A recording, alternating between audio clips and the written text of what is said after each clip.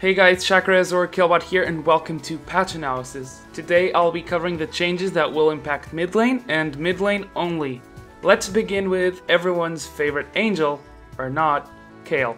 Somewhat important buffs to Kayle since she got gutted last patch. Kayle is a very hard champion to balance due to the amount of damage and utility she's able to bring to a team. The ult buffs are minor but smart.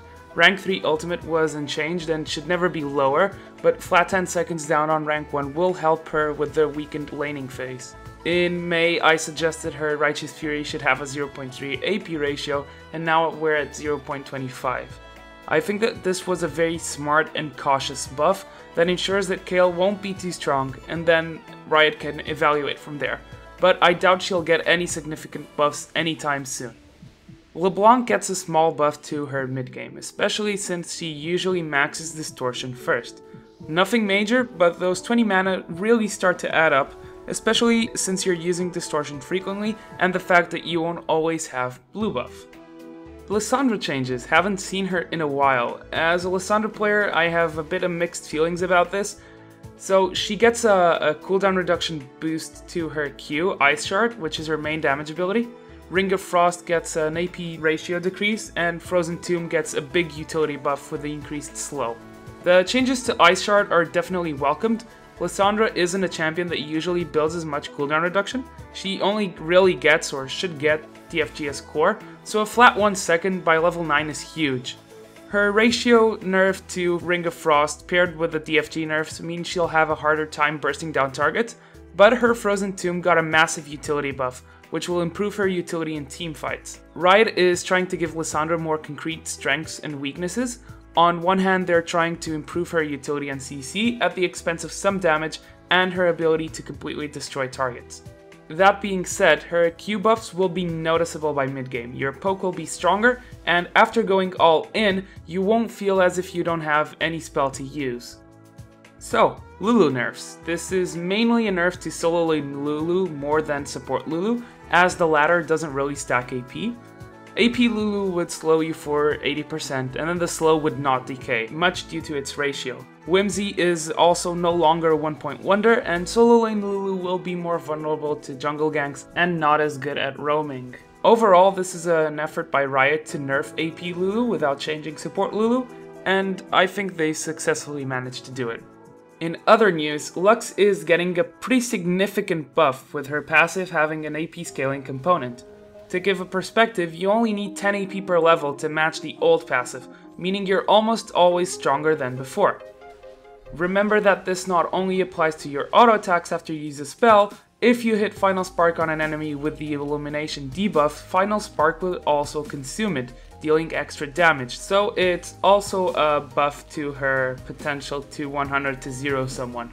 So Vel'Koz had a lot of changes lined up, but most were reverted. He ended up just having small buffs that strengthened him as a poke and siege mage.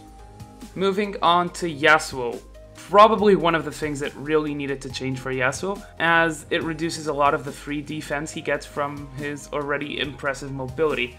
Getting that free flow from spamming E on a minion wave gave him way too much sustain in lane, and made even the theoretical harder matchups manageable.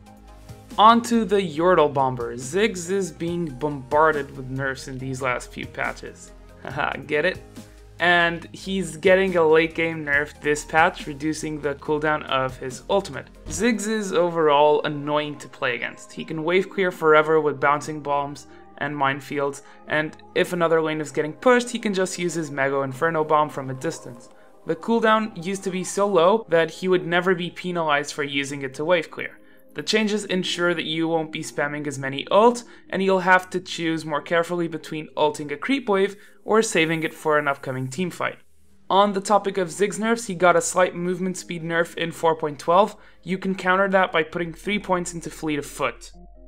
On to item changes. Banshee's Veil had a small but also significant change to its passive. The bubble only refreshes 40 seconds after instead of 25. So since Spirit Visage got nerfed, Banshee's Veil has been the go-to magic resistance item for any champion. Late game was pretty horrible for certain champions, since the enemy team would be seen with 3 or 4 of these items and initiating was impossible before bursting those bubbles. The spell shield cooldown means that hard engage mages like Lissandra will have a better team fighting in the late game. 40 seconds is quite a big window of time to engage onto someone. Deathfire Grasp. The unique active cooldown was increased to 90 seconds from 60. A much needed change in my opinion. Basically, assassins were having this up for every single fight. Wasting it or misusing it was never much of a problem due to having such a low cooldown. With 90 seconds, the player will be punished if he doesn't use it correctly and will have to stall more before going in. Chalice of Harmony had its magic resist lowered from 25 to 20. Not much to say here, Athene's was already giving 25 magic resistance, so it makes sense for Chalice to give slightly less. So it's a small buff to AP assassins in the early game. In other news, Exhaust got slightly nerfed. The buffs in other patches basically knocked out assassins out of the game. The objective right now is to rebalance the summoner spell in a way that Exhaust is still a viable spell to counter assassins, but doesn't make them totally useless. The armor and MR reduction is mostly a small buff to make Exhaust a better early game spell and put it in line with spells like Ignite, Barrier, or Heal. Speaking of Heal, it just got a mid to late game nerf. Until now, the benefits of taking Barrier over Heal weren't many, and these changes ensure that Barrier has its place in the list of used summoner spells. That's all for this patch iteration, at least for mid lane. I know this patch analysis is coming kind of late, but it was a big patch and I had other work to do. I'd also like to announce that these patch analysis will be done by 5 of us, starting in the next patch, hopefully. I will be doing mid lane, Impact is doing support, Valkyrin agreed to covering top lane, Foxdrop will be covering the jungle, and Fi will be doing AD carries. The last 3 aren't really set in stone, so head on over to their channels and ask them nicely that you'd like to see them doing patch analysis. If the community shows interest, I'm sure they will do it. That's all for today. I'll see you guys in the Rift. Shakarez signing out.